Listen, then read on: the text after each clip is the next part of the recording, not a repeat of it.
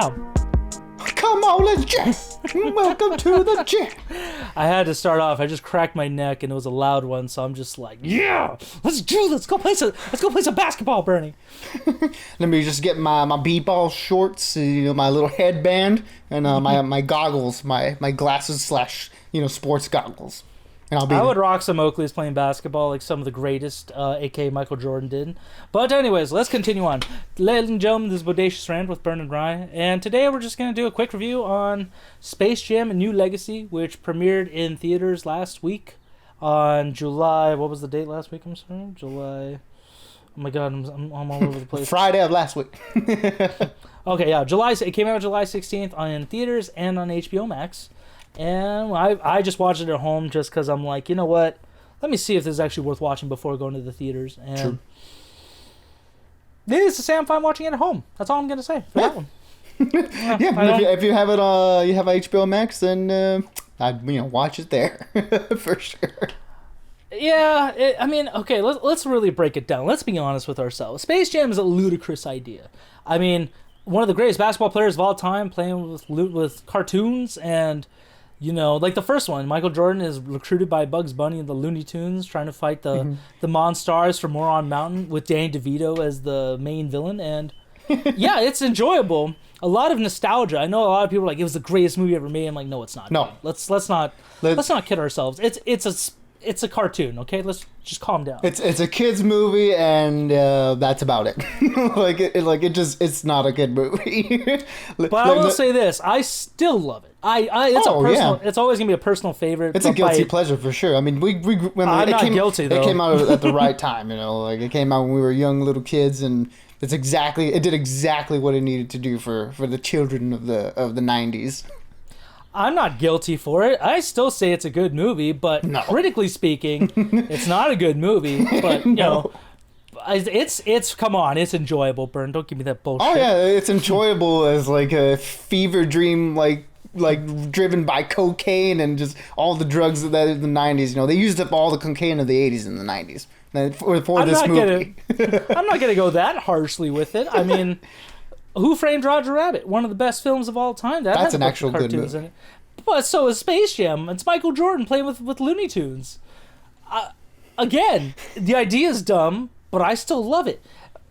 You're starting to upset me, and we're getting off track here. Anyways, but this one with LeBron James taking place in modern day, it's very similar to the first one in a way, but it's hard to recreate that magic, to be honest, like to really fall in love with it again, given we're also adults, so it's a little weird if we like this as much as we like the original. Yeah, I'm curious if years down the line this will be like the one the kids of today are back on with the same nostalgia that we do for the first Space Jam. I have a feeling that it'll probably be like that. I mean, yeah, even then, the original still holds up. Visual-wise, it still works for the most part. It doesn't look too terrible, effects-wise and stuff. So, even if you don't like the LeBron James one, Michael Jordan, the original, is the perfect one to stick with. And, again, Bern, I'm not going to get into this because this is going to fire me up the more you No, come on, get angry. Do it. No, you tarnish Michael Jordan. I'm going to tarnish you, okay? Oh, no, Friendship will be done. I mean, Michael Jordan and LeBron James actors, they are not. But I worked for Michael Jordan.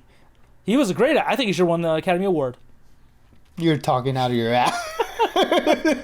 Michael Jordan was so bored throughout that whole movie. Oh my gosh! I will say though, watching it again, it still freaked me out as it did when I was a kid when they roll him up into a little ball and start using him as a basketball. I was like, okay, well, you're a pansy. I thought that was cool, but I was that is still just a terrifying thought. But we're getting sidetracked a little bit.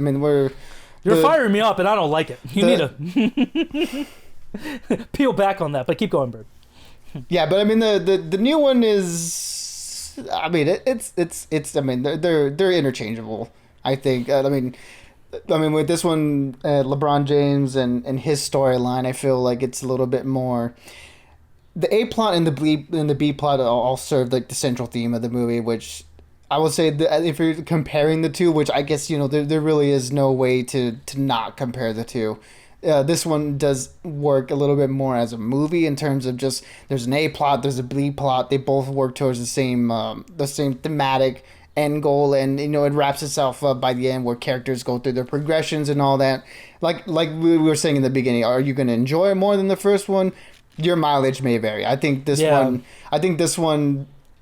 It feels more like a commercial than the first one. Absolutely, for sure. I mean, this one has like a lot of the Warner Brothers products, all the different IP that they own, and they flaunt it. They really like go all out with showcasing a lot of the different like IPs that they own. With whether it be the DC movies, the Harry Potter movies.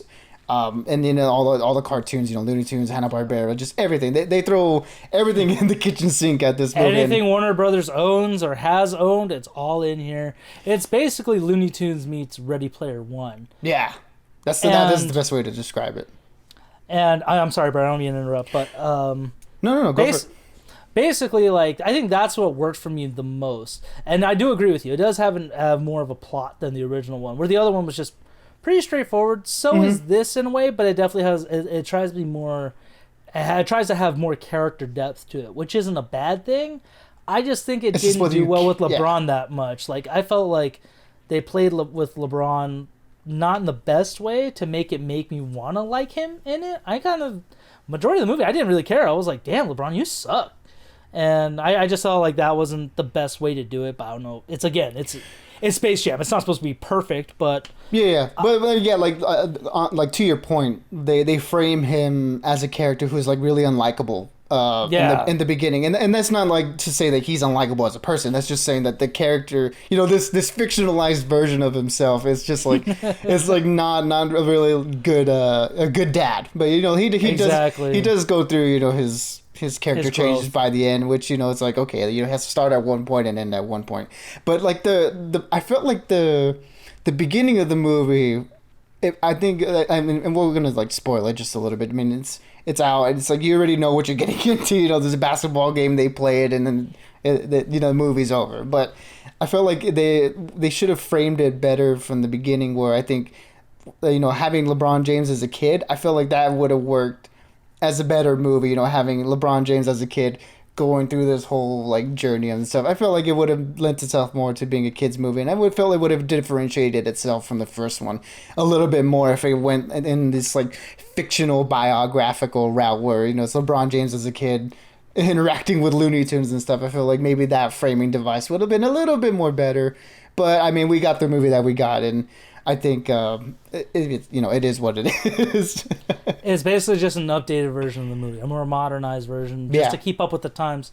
And yeah, like I said, one of the few things I really enjoyed out of it was just all those cameos from all these Warner Brothers characters. Like you see The Mask, you see Penguin from Batman, you see Mad Max, you see 300 characters. Like it was fun for that, but overall, I'm just gonna give my rating on this movie. And I don't really got much else to say about it, but I'm gonna give it like, let's say 3.5. No, 3 out of 5. That sounds right to me. Oh wow, that is a higher score than I was expecting. I thought you were to go pretty low on it, but I mean, because it's like as much as I want to, at the same time, I'm like, if I like the original, I still do like some aspects of it. And again, it had some fun with some of like the cameos and stuff, especially like when it came to like Game of Thrones and DC, but. Yeah, it's just I'll still choose the original one over this one, no problem. Mm-hmm. Yeah, no, definitely. I guess I'm a little bit lower on you, surprisingly, even though I'm the one that's been trashing. You're trashing the original movie, but yeah, I mean this one at the end of the day, it is a fun time to watch.